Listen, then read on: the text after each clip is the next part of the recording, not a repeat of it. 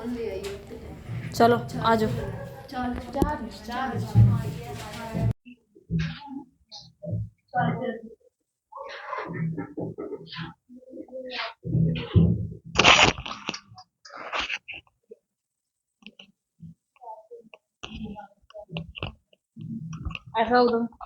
ऐसा उदम ना मेरे घर में रोज मचता है। आप ये देखो तू घूम सकते तुम लोगों को जाने के बाद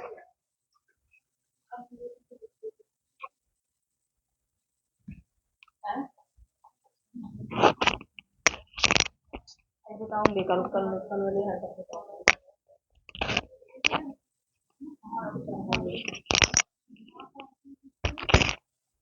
ये पेज नंबर है 9.53।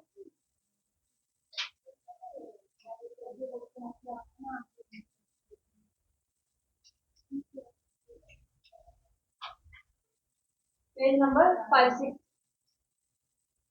Paris agreement.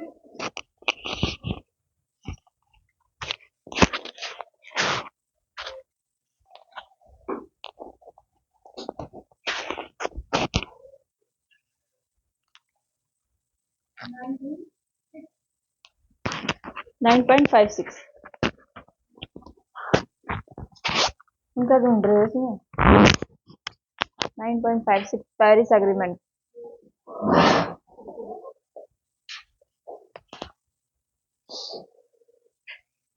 ऐसे मिल गया, बस मिल गया।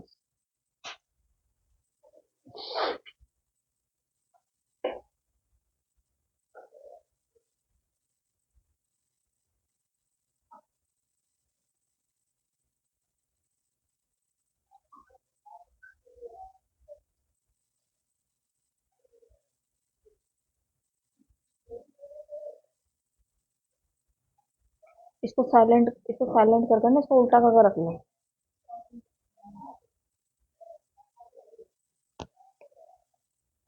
देखो भाई, पेरिस एग्रीमेंट 2000 कब से स्टार्ट हुआ था?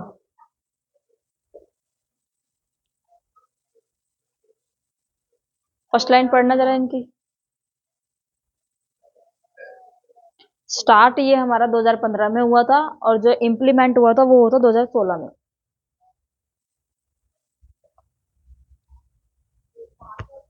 सारे एक से बढ़ के एक 30 मार्क खाए हैं यहाँ सारे।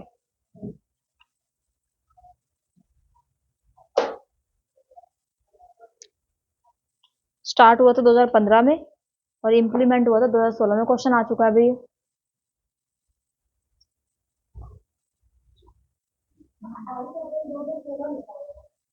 है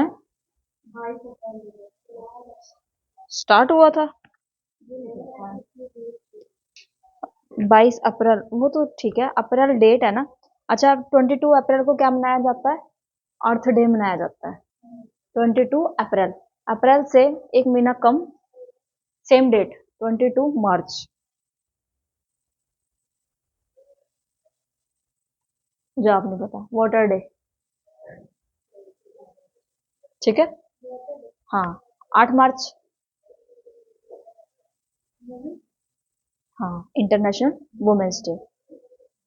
28 फरवरी, 28 फेब, 2 फेब वेटलैंड, ठीक है, थोड़ा सा याद रखना। 5 जून क्वेश्चन आया था इसका, क्या कहते हैं, मैच करने के लिए। ये चारों डेट थी और मेरा क्वेश्चन गलत था ये। बताओ कैसे गलत था? नहीं ना ना, कंफ्यूजन थी ही नहीं। जिस चीज की एग्जैक्ट डेट याद है, एग्जैक्ट सन याद है, चारों चीजें पता, चारों यही क्वेश्चन थे, फिर भी क्वेश्चन गलत हुआ। बताओ रीजन, बताओ क्यों?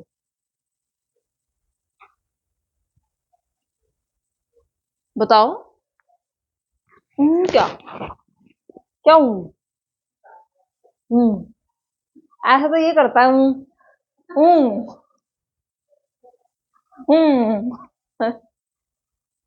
उसको बोलते हैं जल्दबाजी में क्वेश्चन गलत करना, सिली मिस्टेक। और सिली मिस्टेक वही होती है जब क्वेश्चन आपको आता होता है और वो गलत हो जाए।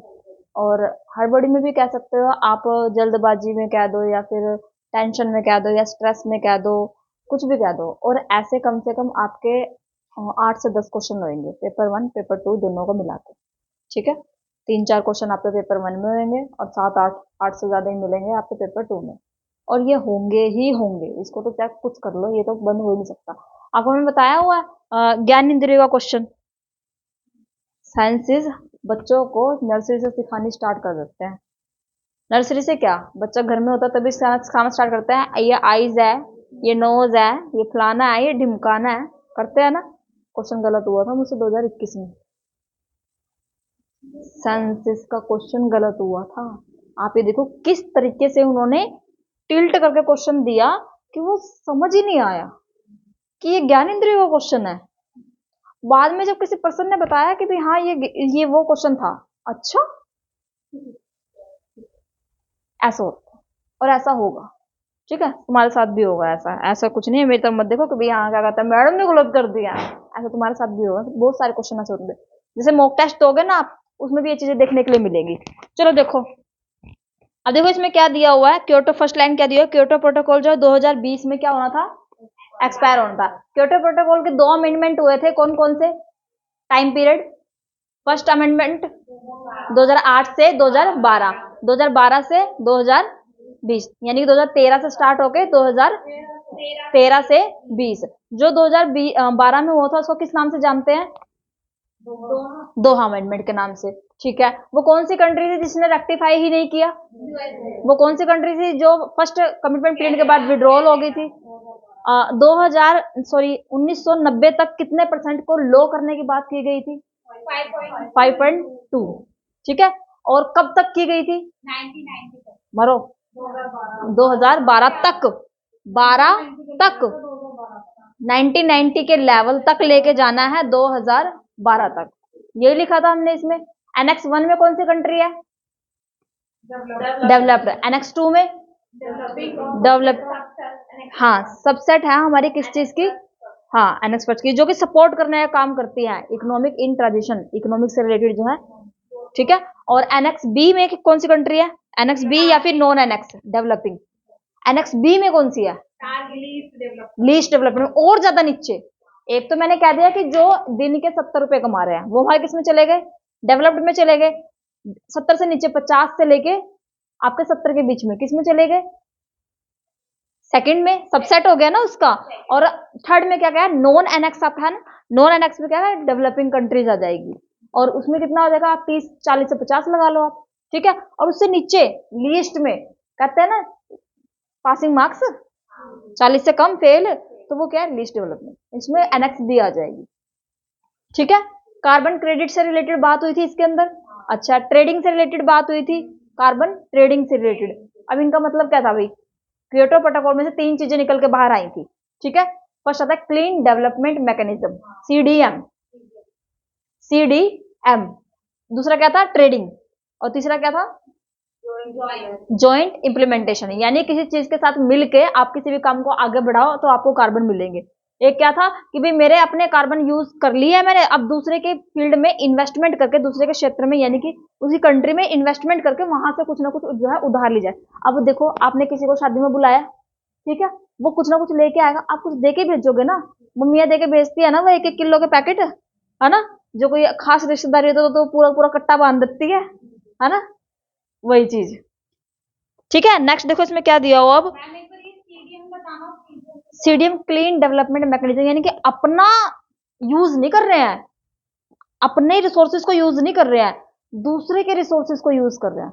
जैसे मैंने 50-50 रुपए दिए 2 बच्चों को, भाई बहनों में होता है ना ये कि भाई हाँ उसके पैसे खर्च करवा देते हैं, मेरे पैसे बचे रह जाएंगे, ठीक है। क्लीन डेवलपमेंट मैकेनिज्म, सिर्फ वर्डिंग को समझो कि इसमें आएगा क्या, वो वर्डिंग कुछ भी दे सकते हैं, किसी भी कंट्री को रख सकते हैं, किसी को भी रख सकते हैं, बस वो आपको समझना है कि इसका मतलब क्या होता है, ठीक है।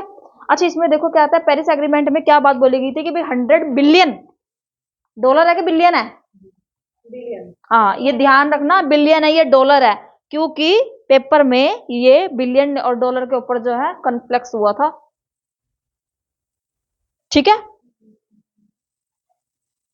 अच्छा ये आया कब था, फोर्स में कब आया, अक्टूबर में, स्टार्टिंग कब हुई है, 22 अप्रैल से, 22 अप्रैल 2015 से, और फोर्स में कब आया है आपका 5 अक्टूबर 2016,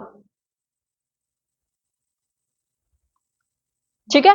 दूसरी चीज पेरिस एग्रीमेंट जो है क्लाइमेट से रिलेटेड था। पेरिस एग्रीमेंट किससे रिलेटेड था? क्लाइमेट से रिलेटेड था। और मैंने आपको बताया है क्लाइमेट से रिलेटेड UNFCCC से ऊपर कुछ भी नहीं था। UNFCCC से ऊपर कुछ भी नहीं था। ठीक है, हमारा UNFCCC कब आया था? 1992। वो कहां से बाहर आया था? आज समिट में से। क्या हुआ? वो कहां से बाहर आया था भाई? अर्थ समिट में से। और हमारा पेरिस एग्रीमेंट किसके अंदर जाएगा? क्योंकि ये क्लाइमेट चेंज से रिलेटेड है, तो ये भी हमारा किसमें जाएगा? UNFCCC। ठीक है, रट्टे मारने की जरूरत नहीं है ना।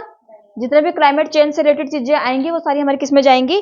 UNFCCC में जाएंगे। अच्छा, कोप, कोप कौन सी जाएगी इसमें? देखो, कोप की स्टार्टिंग कहां से हुई थी? 95 से हुई थी ना। और ये कौन सा चल रहा है साल? 2016। 2016। तो कोप कौन सी है? कौन सी पहुंचेगी? COP 21। अरे 2015 में हुई तो 21 में हो जाएगी। लिखा हुआ है 22, COP 22। तो फिर उधर कहा देखो COP 21 है ये।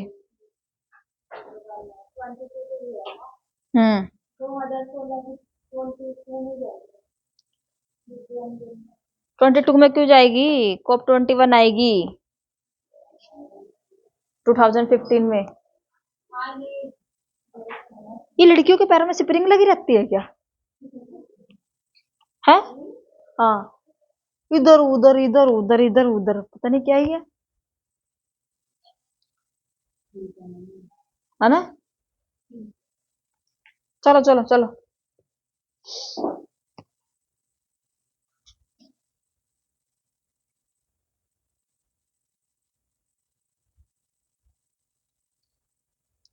क्या लिख रखा है? मेरा ही दिमाग घुमा देगी लड़की। चलो नेक्स्ट, चलो। अच्छा नेक्स्ट देखो, इसमें क्या बात बोली गई है? इन 2015 पेरिस एग्रीमेंट वो साइन वो as an international agreement. Question पूछा जाएगा ये ग्लोबल है या लोकल है? ग्लोबल का मतलब है इंटरनेशनल और लोकल का मतलब है नेशनल। ठीक है, वहां पे अंडरलाइन कर लो, ग्लोबल है या फिर लोकल है, यानी कि इंटरनेशनल है। ठीक है। अच्छा, एम क्या था इसका? रिड्यूस करना। रिड्यूस करना था या इंड्यूस करना था? रिड्यूस करना। किस चीज को? ग्रीन हाउस गैसेस को। बस क्वेश्चन आया हुआ है, देखो उन्होंने खुद भी ब्लैक किया हुआ है, इसको हाईलाइट किया हुआ है। Aim to reduce global green house gases, it deals with the climate change. और क्लाइमेट चेंज से रिलेटेड सारी चीजें किसके अंदर जाएंगी? UNFCCC में। ठीक है, नेक्स्ट देखो इनमें क्या दिया हुआ है? आर्टिकल, कौन से आर्टिकल में क्लाइमेट चेंज से रिलेटेड बात होती है? 29 आर्टिकल। ठीक है, इस एग्रीमेंट में 29 आर्टिकल्स थे। ठीक है, नेक्स्ट आता है, इसके अंदर क्या दिया हुआ है कि इन्होंने टेम्परेचर के बारे में बात की थी। जो ग्लोबल टेम्परेचर है वो कितने डिग्री रखना है? 2 डिग्री से नीचे नीचे रखना है। रखना तो 1.5 है, बट अगर बढ़ भी जाता है तो उसको जो है 2 डिग्री से ऊपर नहीं जाने देना है। इस वर्डिंग को ना थोड़ा ध्यान से, एक तो ये 1990 वाली और एक ये वाली लाइन। ठीक है, एक तो कि भाई कोशिश तो ये करनी है कि भाई इतने मार्क्स जो आ जाए, है ना।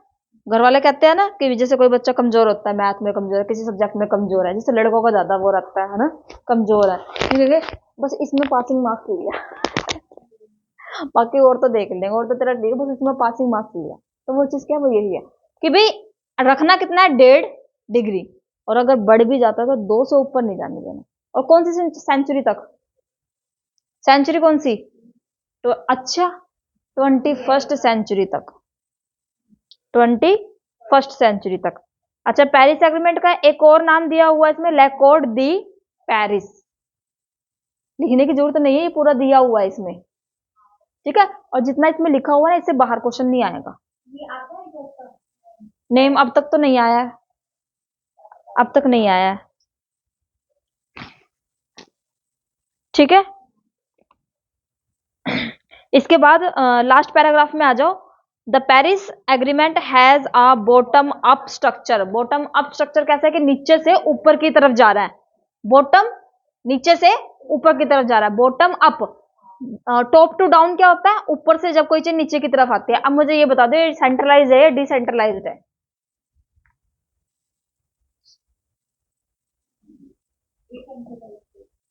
देखना मेरी चाय आ रही है इसमें। सेंट्रलाइज्ड है या डिसेंट्रलाइज्ड है?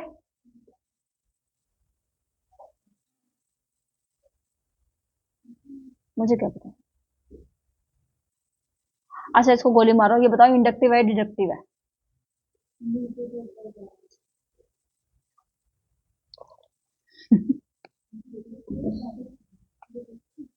है बॉटम टू, ऊपर से ही फेंक दूंगी सीढ़ियों पे से तो मैं सबको। अगर मैंने सीढ़ियों पे से ऊपर से किसी को नीचे डाला तो वो डिडक्टिव है, ठीक है, वो लुढ़कता लुढ़कता जाएगा। और नीचे से हस्बैंड को ऊपर बुला रहे हैं प्यार प्यार से, फिर इंडक्टिव हो जाएगा। अरे नीचे से ऊपर जाएगा तो इंडक्टिव होगा। एक सिंपल सा फॉर्म याद रखो, अभी कितनी कितनी बार बता चुकी हूँ मैं। अगर नीचे से ऊपर की तरफ जा रहे हो, सीढ़ियों से ऊपर की तरफ जा रहे हो, तो खुद से जा रहे हो ना, है ना? तो वो चीज क्या है? इंडक्टिव है। पुल पे चढ़े हो पैदल या एक्टिवा वगैरह लेके, तो जब चढ़ते हैं तो फोर्स लगती है ना, वो इंडक्टिव है। जब उतरते हैं तो फोर्स नहीं लगती ना, वो डिडक्टिव है। ये ऊपर नीचे वाला कॉन्सेप्ट तो कोई सा भी ले लो, कहीं से भी उठा लो, इंडक्टिव और डिडक्टिव को अगर समझ गए ना तो क्वेश्चन इसका गलत नहीं होने वाला। क्योंकि पेपर की जो लैंग्वेज आती है ना वो थोड़ी सी अलग आती है, वो ये लैंग्वेज नहीं आएगी। हमें सिर्फ कॉन्सेप्ट समझना है कि ये ना ये चीज ये कॉन्सेप्ट है, ठीक है। नेक्स्ट चलो देखो इसमें क्या दिया हुआ। अच्छा ये दिया हुआ binding, the agreement is binding. Binding का मतलब बताने की जरूरत है? मैं बताऊंगी ही नहीं इसको नहीं पता।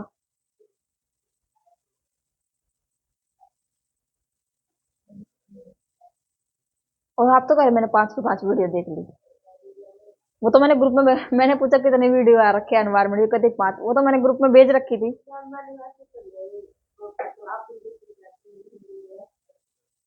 अरे मैं इंग्लिश में करवाती हूँ। फिर बोल पूछ लिया करो ना, पूछ लिया करो, पूछ लिया करो कि ये इसको क्या बोलते हैं। अभी लीगली बाइंडिंग तो पेपर में भी ऐसे ही आएगा, लीगली बाइंडिंग। बाइंडिंग को ऐसे लिख देंगे, बा को आ की मात्रा आई डिंग, डी आई सॉरी द डिंग, बाइंडिंग ऐसे ही लिखेंगे वो। चलो नेक्स्ट चलो, बाइंडिंग है बट अगर इसके अंदर पेरिस एग्रीमेंट के अंदर अलग अलग इंडिविजुअल चीजों की बात की जाए तो वो क्या थे? वो नॉन लीगली बाइंडिंग थे। लास्ट पैराग्राफ की सेकंड लाइन देखो जरा, ध्यान से पढ़ो, इस लाइन का मतलब बताओ जरा मुझे।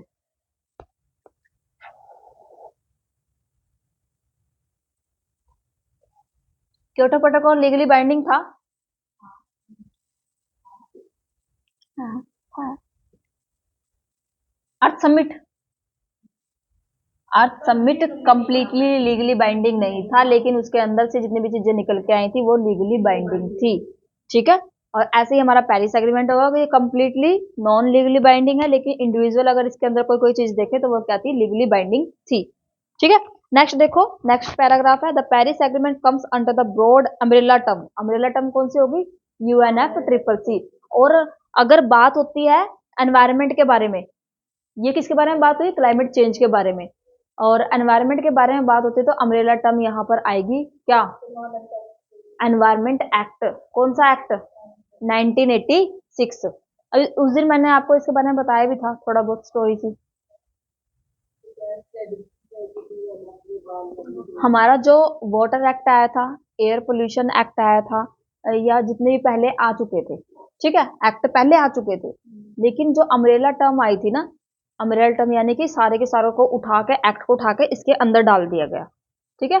जैसे बताती हूँ ना, अभी एग्जाम्पल बताती हूँ जैसे लड़कियों का मेकअप का सामान होता है ना, बिखरा रहता है ना, और उसके बाद फिर एक मेकअप किट मिल जाती है शादी के बाद कि भाई हाँ इसमें रखना है। शादी से पहले तो सबका ही ऐसे रहता है बिखरा हुआ कि कुछ कुछ यहाँ पड़ा है, कुछ यहाँ पड़ा है, कुछ वहां पड़ा है, ढूंढते फिरो, और शादी के बाद मेकअप की किट मिल जाती है। बाद में मिली ना, सामान तो पहले ही था।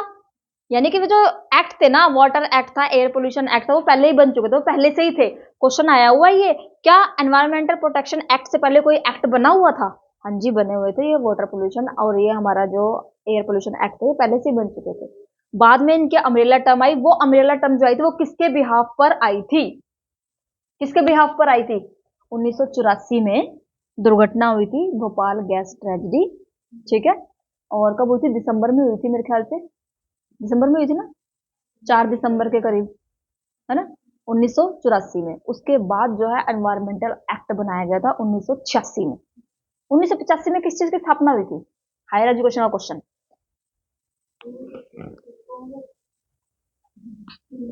इसको उठा के बाहर फेंकना जरा।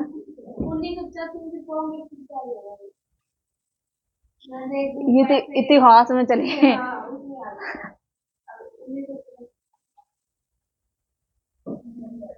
भाई नहीं भाई, सेकंड पेपर इन्वॉल्व नहीं करना, चीटिंग नहीं करनी। पेपर 1 इन्वॉल्व कर रहा है इग्नू।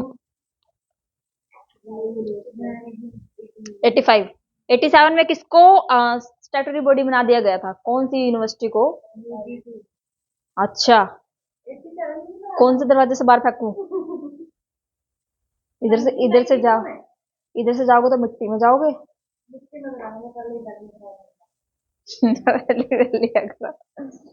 यूजीसी की स्थापना 53 में हुई थी और एक्ट बना था उसका 56 में, ठीक है। और एआईसीटी की स्थापना 1945 में हुई थी और एक्ट कब बना था? 87 में। क्वेश्चन पूछे हुए हैं ये, और यही क्वेश्चन रिपीट होना है, कोई बाहर से नहीं आने क्वेश्चन ये। 87 में इसको फोर्थ में आया था, और 87 में ये एक यूनिवर्सिटी आई थी, Yashwant Rao open university. Most important है, पेपर में पक्का आती है, ठीक है। सेम ईयर है तो इसलिए बता दी, अदरवाइज तो चल ही रही है चीजें जैसे चल रही है।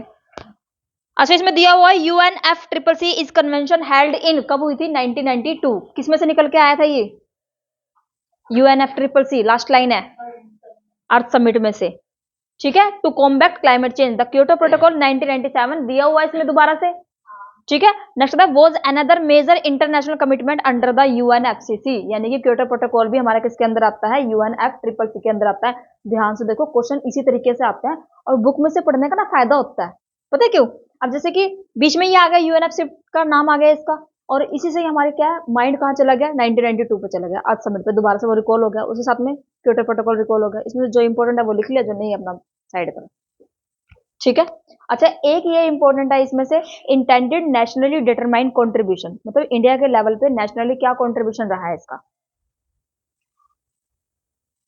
अब इसमें जो ये नाम दिए हुए हैं ना कि भाई कौन कौन से प्रपोजल दिए हुए हैं, देखो अगर मुझे क्या कहते हैं, क्लाइमेट को अच्छा करना है, तो जितनी भी चीजें मैं यूज कर रही हूँ, बिजली का बिल अगर कम लेके आना है घर का, तो ये पंखे एसी बंद करने पड़ेंगे ना, बस ये वही है कि अगर किसी भी चीज को रिड्यूस करें तो आपको चीजों को यूज करना भी तो कम करना पड़ेगा ना। जैसे हम पेट्रोल है, अब जैसे गवर्नमेंट कहती भी है कि भाई अगर आप शहर में ही किसी भी चीज का यूज कर रहे हो, शहर में ही हो, तो आप पब्लिक व्हीकल का यूज करो बजाय कि अपने व्हीकल को, और कहीं दूर जा रहे हो, ऐसे ही कुछ है ना, कर सकते हैं ना। लेकिन हम क्या करते हैं, थाए अपने गाड़ियां लेकर चलते बने, सब यही करते हैं, अपना कंफर्ट जोन सभी देखते हैं, तो वही है क्या है, एक तरफ तो एक 50 लोगों को लेके एक बस जा रही है, और एक तरफ 50 गाड़ियां जा रही है, बताओ जरा ट्रैफिक में कौन फंसेगा? 50 गाड़ियां कुछ होती नहीं है क्या? दिल्ली में देखा था जब ये किसानों वाला ये पंगा सा पड़ गया था, क्या कितने लंबे लंबे मतलब टाइम का, चंडीगढ़ भी अगर पहुंचना है ना तो उसके लिए 5 से 6 घंटे लग रहे थे, और चंडीगढ़ 5 से 6 घंटे का है। ठीक है, देखो इसमें नाम किस चीज का दिया हुआ, फर्स्ट सस्टेनेबल लाइफस्टाइल। अब ये सस्टेनेबल क्या है, उस दिन बताया था मैंने, किसी भी रिसोर्सेज को इस तरीके से यूज करना कि हाँ फ्यूचर वाली जनरेशन भी देख सके। क्लीनर इकोनॉमिक डेवलपमेंट, एक कुछ नहीं है ये, इतना फालतू की चीजें आई तो, ठीक है ना। हाँ मन ना मत पढ़ना। इसमें से पॉइंट नंबर देखो third, to reduce emission intensity of GDP by 30 से 35% बाय 2030 फ्रॉम द, अभी मैंने वो लाइन बताई थी ना 1990 वाली, सेम लाइन है ये, कितना परसेंट कम करना है? 30 से 35। दिशा क्या हो गया?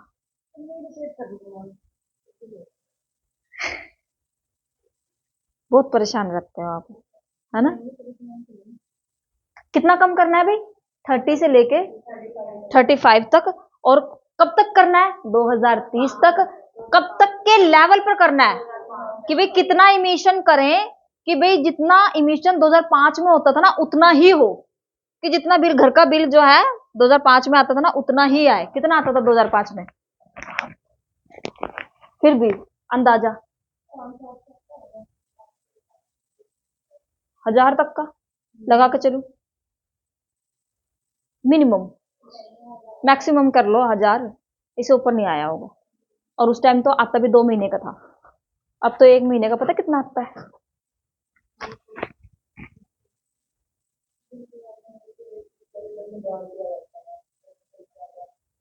और एसी बिना रखते नहीं है। कूलर फिर भी इतना नहीं देता, एसी एसी ज्यादा वो करता है। कूलर ठीक भी है एक तरीके से, बट एसी ठीक नहीं है। एसी तो उनके लिए है कि भाई हाँ क्या कहते हैं, अपने कैबिन में बैठे एसी में बैठे हुए हैं, फिर निकल कर गाड़ी में बैठ गए तो वहां भी एसी है, फिर वहां वापस आ गए, फिर घर चले गए। एसी उनके लिए होता है, लेकिन जिन्होंने बाहर निकल कर काम करना है ना, धूप में निकल कर काम करना है, एसी उनके लिए नहीं है। और ऐसे आदत ना ही डालो तो ठीक है। तपस्या करने वाले पहाड़ों में ही क्यों जाते हैं? आजकल तो बहुत वीडियो वायरल होती हैं लोगों की, जो भी मतलब ये जिम शिम से रिलेटेड होते हैं। अब ठंडे पानी में टप में भर के कूद जाना उसमें। पुराने वाले लोग जैसे हमारे जैसे माता पिता हैं, वो गर्म पानी में नहाना पसंद नहीं करते। नहीं करते ना, उनको उनको ताज़ा पानी दे दो, मोटर चला दो, वो उसमें नहा लेंगे और फिर बीमार भी नहीं पड़ते। और हमारे जैसे गर्म पानी में नहाएंगे फिर भी बीमार पड़ेंगे। है ना हमारी आदत ये। हाँ, हम कंफर्ट जोन में से निकलना पसंद ही नहीं करते। ठीक है भाई, कब तक कम करना है? अच्छा, क्वेश्चन ये भी पूछा जाएगा। देखो, दो अलग अलग चीजें हो गई। वो वाली लाइन किस में गई थी 1990 वाली? क्योटो प्रोटोकॉल में। ये वाली लाइन किस में आई है? पेरिस एग्रीमेंट में। डिफरेंस आ गया? डिफरेंस आ गया ना? कोमल कहाँ हो? वीडियो के बारे में सोच रहे हो? नहीं। नेक्स्ट देखो, इससे नेक्स्ट वाला ही है, to achieve about 40% cumulative electric power. अब इलेक्ट्रिक पावर का मतलब क्या है अभी? इलेक्ट्रिसिटी अगर बढ़ रही है, ठीक है, इलेक्ट्रिसिटी अगर बढ़ रही है तो इन्होंने क्या कहा है कि भाई 40% जो है ना, 100% में से 40% जो है ना, वो ऐसी चीजों से लेके आओ जो नॉन रिन्यूएबल है, सॉरी रिन्यूएबल है, यानी कि सोलर, यानी कि और हाइड्रो से रिलेटेड। पानी तो रहेगा ही रहेगा, ठीक है। जियो थर्मल हो गई, थर्मल से रिलेटेड, ठीक है, जिनमें मतलब जो रिन्यूएबल होते हैं, रिन्यूएबल जिनको हम दोबारा से कर सकते हैं। जैसे सन एचडी मॉडल स्कूल देखा है इधर, उसकी पूरी पूरी छत पे लगा हुआ है सोलर प्लांट, ठीक है। एक एक प्लेट पता नहीं, 2 प्लेट में 1 लाख 1.5 लाख की पड़ती है ना? 1.5 लाख की पड़ती है एक प्लेट, ठीक है। थोड़ा सा बचत बचत होती है कि नहीं होती उससे? होती है, होती है, होती है, लगा हुआ है, कम आता, ठीक ठीक नहीं है फिर। सोच रही हूँ अपनी छत पे लगवाऊंगी।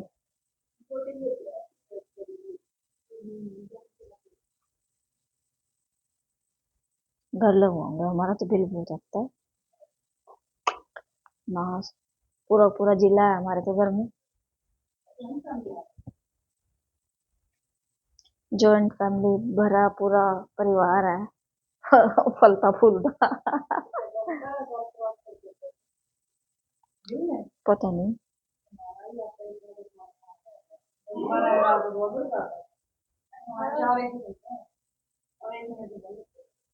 नहीं, हमारे एसी नहीं चलता, हमारा कूलर चलते हैं। आ जाता है, आ जाता है, शहर है, सीएम सिटी है ये, आता है यहाँ। और लाइट बिल्कुल नहीं जाती है, लाइट नहीं जाती।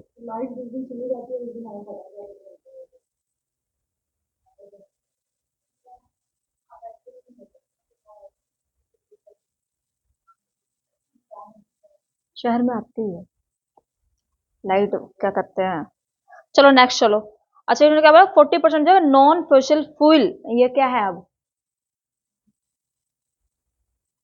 हम्म, अरे ये वही है, नवीकरणीय संसाधन, अनवीकरणीय संसाधन सुने होंगे।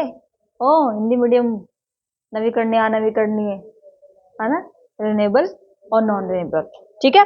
अच्छा, इसमें नाम क्या है, कब तक के लिए दिया हुआ रिसोर्सेज बाय 2030। ठीक है, ऊपर जो टारगेट दिया गया था वो भी 2030 का, और नीचे जो दिया गया 2030 का, ये भी 2030 का। वो तो आगे प्लानिंग, हाँ, वापिस से टारगेट हो गया ना, जैसे 5 साल का ये टारगेट नहीं देते क्या गवर्नमेंट, 5 साल की सरकार बनती है, 5 साल में काम करेंगे, ये करेंगे, फलाना करेंगे, ढिमकाना करेंगे, 3 साल 4 साल तो कुछ करते नहीं है, 5वें साल लगते हैं जिस साल इलेक्शन होते हैं। जैसे आप देखो जरा कैसे लगे पड़े, पीछे देखना जरा, ये जो ये जो ये पीछे जो काम हो रहा है ना, ये फास्ट इसलिए हो रहा है कि ये जो कंपनी जो काम कर रही है ना, ये अमित शाह की कंपनी है। पीछे महिला आश्रम कॉम्प्लेक्स बन रहा है। हाँ, वो तो बन रहा है, वो तो बगल में ही है। हाँ, अभी जो पार्षद का पता नहीं भाई। और एक हमारे उधर बन रहा है, वो भी कॉम्प्लेक्स बन रहा है, वो भी क्या कहते हैं, अमित शाह की जो कंपनी है ना, वो बना रही है।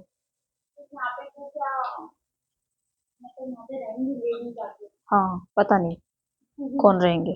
चलो नेक्स्ट देखो, नेक्स्ट क्वेश्चन क्या कहता है, to create an additional carbon sink of 2.5 to 3 billion ton of CO2। अभी CO2 क्या है भाई, ठीक है। अच्छा, इसमें एक ईयर और आ गया 2030, ईयर याद रखना, पेरिस एग्रीमेंट में ईयर 2030 के अलावा कुछ था ही नहीं, जितने भी वो दिए गए हैं, हाँ 2030 तक ही क्या करने हैं, एक्सेप्ट करने हैं या फिर उनको कंप्लीट करना है। अच्छा, कार्बन सिंक क्या होता है,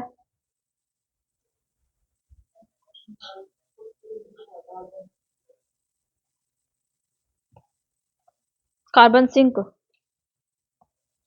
जिस जगह पर पौधे नहीं होंगे, पेड़ पौधे नहीं होंगे, क्या वो कार्बन डाइऑक्साइड को ऑब्जॉर्व करेंगे, नहीं होंगे ना, तो वहां पर कार्बन सिंक होगा ही नहीं, वहां पर कार्बन सिंक होगा ही नहीं। तो इसका सीधा सा मतलब है कि भाई कार्बन सिंक क्या होता है, जो हमारे पेड़ पौधे होते हैं ना, वो कार्बन डाइऑक्साइड को ग्रहण करते हैं, उसके बाद ऑक्सीजन छोड़ते हैं। अब अगर कार्बन डाइऑक्साइड जरूरत से ज्यादा अगर हो गया एनवायरमेंट में, तो वो उसका रिएक्शन किसके ऊपर होगा, हमारे ऊपर ही होगा। ठीक है। अच्छा, जैसे आपने पानी पे वो देखी है, काई सी जमी रहती है, ठीक है, एक हद में हो तो सारी चीजें बहुत अच्छी हैं, सारी चीजें जरूरी है, एक हद में हो, लेकिन एक हद से ज्यादा हो जाए तो वो चीजें क्या हो जाती है, नुकसानदायक हो जाती है। ये क्वेश्चन पेपर में आया हुआ है। हाँ, एल्गी, एल्गी बोलते हैं ना इसको, हम नॉर्मल लैंग्वेज में काई बोल देते हैं। ठीक है, ग्रीन ग्रीन सी आपने जैसे गांव वगैरह में रहते हो तो वो जो जिसमें पानी इकट्ठा करते हैं उसमें नीचे भी जमी रहती है। उससे क्या होता है, अगर वो जरूरत से ज्यादा हो जाए, क्वेश्चन आया हुआ है इसका, वर्डिंग बाद में बताऊंगी, अगर वो जरूरत से ज्यादा हो जाए तो ऊपर की जो लेयर होती है ना पानी की, वो ढक जाती है उससे। अगर वो ढक गई तो पानी के अंदर जितने भी जीव जंतु जो रह रहे हैं, मछलियां वगैरह जितने भी हैं, छोटे छोटे छोटे, क्या उनके पास न्यूट्रिएंट्स पहुंचेंगे, नहीं पहुंचेंगे। क्योंकि उसका पहला कारण क्या है, जो पानी में रहने वाले जितने भी जीव होते हैं ना, वो 200 मीटर तक, 200 मीटर तक अपने खाना बनाते हैं, जहां तक सूरज की रोशनी जो है पहुंचती है। ये क्वेश्चन पेपर में आया हुआ है। ठीक है, कि कितने मीटर तक जो है पानी के अंदर जो है प्रकाश संश्लेषण की क्रिया होती है, तो वो क्या है 200 मीटर तक। जो बड़ी बड़ी मछलियां भी होती है ना, बड़ी बड़ी मछलियां होती है, वो भी अपना खाना बनाने के लिए या फिर खाना लेने के लिए वो प्रकाश में ही आती है। प्रकाश में कैसे, जहां तक सूरज की रोशनी समुद्र में पहुंची, यानी कि 200 मीटर तक, उसको बोलते हैं फोटिक जोन या प्रकाश मंडलीय, या फिर बोलते हैं फोटिक, PHOTIC, फोटिक जोन। और 200 से नीचे कितना हो जाएगा, अफोटिक जोन, जहां पर प्रकाश नहीं पहुंचता है। आपने जैसे वीडियोस भी वायरल होती हैं इंस्टाग्राम पे या यूट्यूब पे, जो बड़ी बड़ी मछलियां होती है, डॉल्फिन हो गया, या फिर और कौन सी होती है, और कौन सी होती है बड़ी बड़ी, हाँ, वो अपने सांस लेने के लिए भी ऊपर आती है ना, ऊपर आती है, सांस लेती है और वापस फिर वहीं गोदाउन में अपने। ठीक है, और खाना वगैरह लेने के लिए भी, क्योंकि जो छोटी मछलियां होती है, जो छोटी चीजें होती हैं, वो कहाँ रहती है, वो ऊपर की साइड रहती है। खाना कहाँ बनाते हैं, ऊपर बनाते हैं 200 मीटर तक, जहाँ सूरज की रोशनी पहुंचती है। अरे प्रकाश संश्लेषण, फोटोसिंथेसिस सुना तो हुआ है, प्रकाश सूरज की रोशनी में जब पौधे अपना खाना बनाते हैं। अच्छा, जब पौधे जब अपना खाना बना रहे होते हैं ना, उनको बोलते हैं प्राइमरी प्रोड्यूसर। ये क्वेश्चन पेपर में आपको देखने के लिए मिलेगा, प्रोड्यूसर क्या होता है और कंज्यूमर क्या होता है।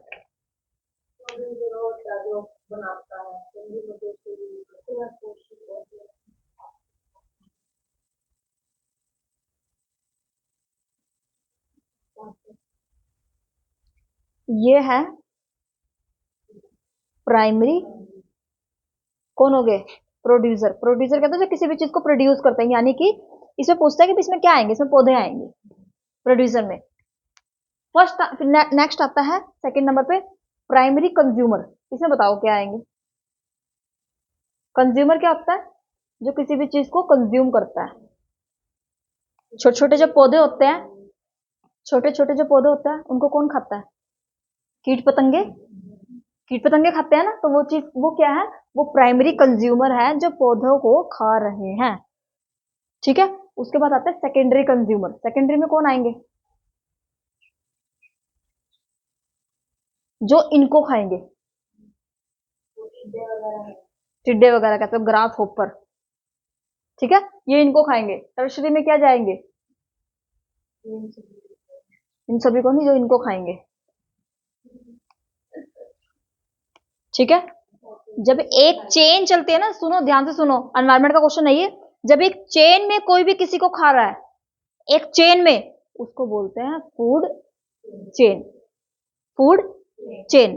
और जब कोई भी किसी को भी खा रहा है, कोई भी किसी को भी खा रहा है, उसको बोलते हैं फूड वेब। फूड वेब, हाँ जाल बन गया ना। जब आएगा तब के तब देख लूंगी, पता नहीं कहाँ आएगा ये इसको भी खा रहा है, ये इसको भी खा रहा है, ये इसको भी खा रहा है, ये इसको भी खा रहा है, ये इसको भी खा रहा है, ये इसको भी खा रहा है, तो ये क्या, एक जाल बन जाता है। कोई भी किसी को भी खा रहा है, जैसे नरभक्षी मनुष्य, क्या बोलते हैं, ओमनिवर्स, है ना, इंग्लिश मीडियम, ओमनिवर्स। हार्बीवोर्स, अच्छा इसमें हार्बीवोर्स भी आएंगे, फिर उसके बाद कार्निवोर्स, उसके बाद ओमनिवर्स, सबसे ऊपर ओमनिवर्स। ठीक है, अच्छा एक क्वेश्चन पूछा हुआ है इसी से, यही इसी इसी डायग्राम से, एनर्जी का कितना परसेंट रूल जो है आगे आगे जाता है, एनर्जी कितने परसेंट जाती है। जैसे हमने पेड़ पौधे खाए, पेड़ पौधे क्या खाए, कच्ची सब्जियां खाई, तो कितनी परसेंट एनर्जी जो है हमारे पास आती है। बहुत इंटरेस्टिंग क्वेश्चन है तो। आप लोगों ने ये सुना होगा, इंस्टेंट एनर्जी के लिए लोग चिकन खाते हैं। ठीक है, इंस्टेंट एनर्जी के लिए लोग चिकन खाते हैं। जो हमारे पेड़ पौधे हैं ना, इनके पास अगर 1000 ग्राम एनर्जी है, 1000 ग्राम एनर्जी है, तो ऊपर जिसने इसको ग्रहण किया है उसके पास सिर्फ 10% ही जाएगी। कितनी जाएगी, कोई भी किसी को भी खा ले, कोई भी किसी को भी खा ले, उसका 10% ही जाएगा। इसका 10% कितना हो गया, यानी कि ऊपर कितना गया, 100 गया। इसका 10% कितना गया, इसका 10 कितना गया, और जो यहाँ पे टर्शरी पे यहाँ पे बैठा हुआ है उसके पास तो गया ही बहुत कम है, उसके पास तो गया ही बहुत कम है, और हम खा भी किसको रहे हैं, इन्हीं को तो खा रहे हैं। यानी कि पेड़ पौधे में सबसे ज्यादा एनर्जी है। बट कहा यह जाता है कि इंस्टेंट एनर्जी अगर तुम्हें चाहिए हो तो तुम कहाँ जाओ, पेड़ पौधे के पास जाओ। और अगर सॉरी इंस्टेंट चाहिए तो नॉनवेज, और आपको कुछ टाइम के बाद एनर्जी चाहिए तो वो क्या है आपकी, वेज। ऐसा सुना भी होगा तुमने, दर्द जैसे हमारे शरीर में होता है, रिलीफ, इंस्टेंट रिलीफ के लिए हम इंग्लिश दवाइयों को यूज करते हैं, लेकिन उस बीमारी को जड़ से खत्म करने के लिए जड़ी बूटियां। ठीक है, ये क्वेश्चन आया हुआ है इसमें, सिंपल सी लैंग्वेज में था, अगर हम समझ पाए तो ठीक, नहीं समझ पाए तो गया question. Food chain, food web, और ये क्या है, कंज्यूमर्स का है, कि प्राइमरी कौन है, सेकेंडरी कौन है, टर्शरी कौन है। जैसे प्राइमरी में एग्जांपल दो मुझे, प्रोड्यूसर में पेड़ पौधे आगे। अच्छा पेड़ पौधे ज्यादा मात्रा में होंगे या फिर ऊपर वाले, डायग्राम देखो कैसा बना हुआ है। ठीक है, अच्छा प्राइमरी कंज्यूमर्स में क्या आएंगे, ग्रास होपर और और और हाँ, ग्रास होपर वो इंसेक्ट्स में ही आता है। हाँ? ठीक है, सेकेंडरी कंज्यूमर में कौन जाएंगे, छिपकली, ग्रास होपर को, हाँ अरे वो तितलियां खाती है, मैंने खुद अपनी आंखों से देखा, तो बड़ी मार का हाथ अच्छा, सेकेंडरी नंबर पे बताओ कौन कौन जाएंगे? उससे बड़े जितने भी जीव आएंगे वो चले जाएंगे इसमें, और हमारा लास्ट में क्या जाएगा? जो बड़े होते हैं, नरभक्षी होते हैं वो। ठीक है, आ चलो वापस आ जाओ इसमें। बस इससे ज्यादा कुछ नहीं है इसमें, इससे ज्यादा नहीं है अभी इसमें कुछ भी। सॉरी सॉरी नहीं।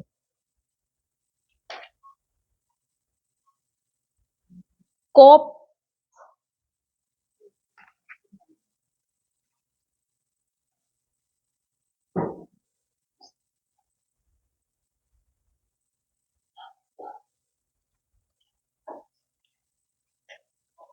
देखो लास्ट पेज निकाल लो इसका, एनवायरमेंट का।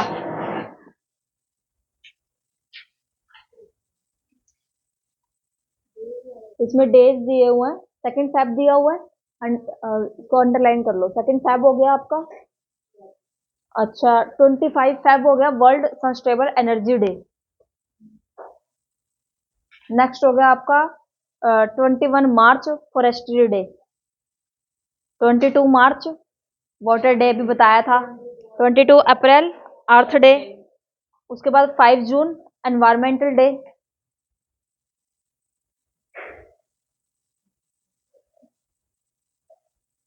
अच्छा,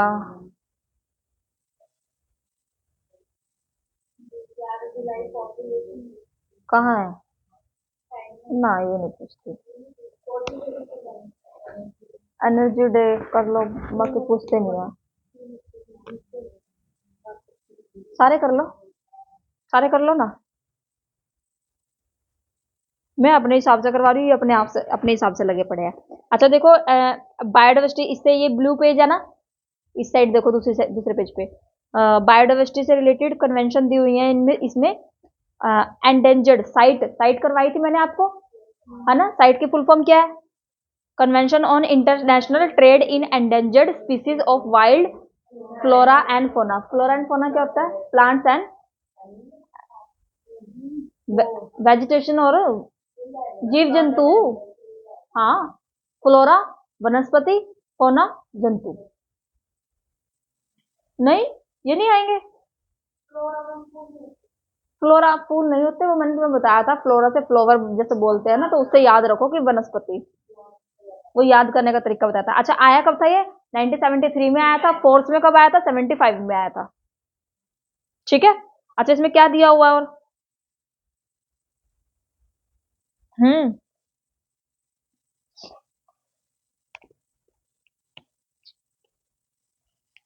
छोड़ो, सेकंड वाले पे चलो। Basal convention. बेसल कन्वेंशन किस चीज से रिलेटेड थी? 1989 हैजार्डियस वेस्ट रिलेटेड। ये जो तुम्हारे फोन वगैरह होते हैं ना, ये इलेक्ट्रॉनिक गैजेट जितने भी हैं, ये सारे कहाँ जाते हैं? समुद्रों में जाते हैं। नेक्स्ट था नागोया प्रोटोकॉल, किस चीज से रिलेटेड है? टीबीडी से रिलेटेड। टीबीडी कब आया था? 1992 में। ठीक है। अच्छा, नागोया कब आया था? 2010 में। और इम्प्लीमेंट कब हुआ था? 2014 में। 2014 में। भूल गए हो क्या? हाँ, भूल गए हो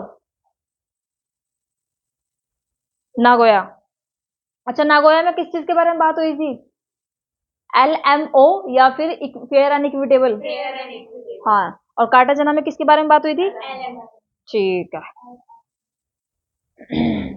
नेक्स्ट चलो, स्टॉकहोम कन्वेंशन।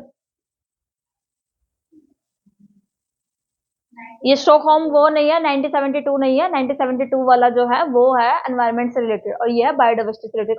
आप खोल के ना पहले ऊपर पढ़ लो हेडिंग।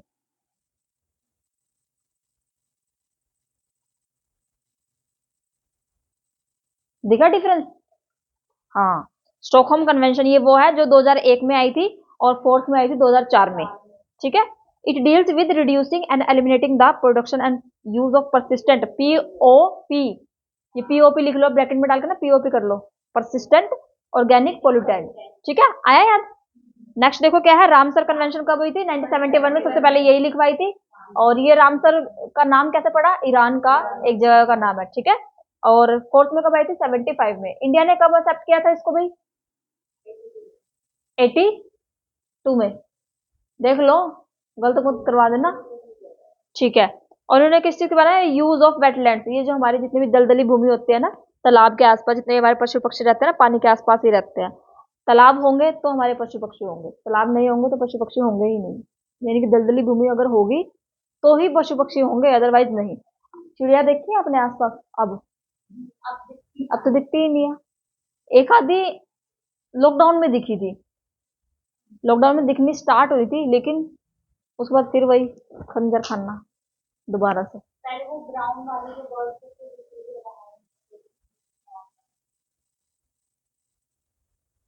ठीक है, लो ये आपका रिवाइज हो गया।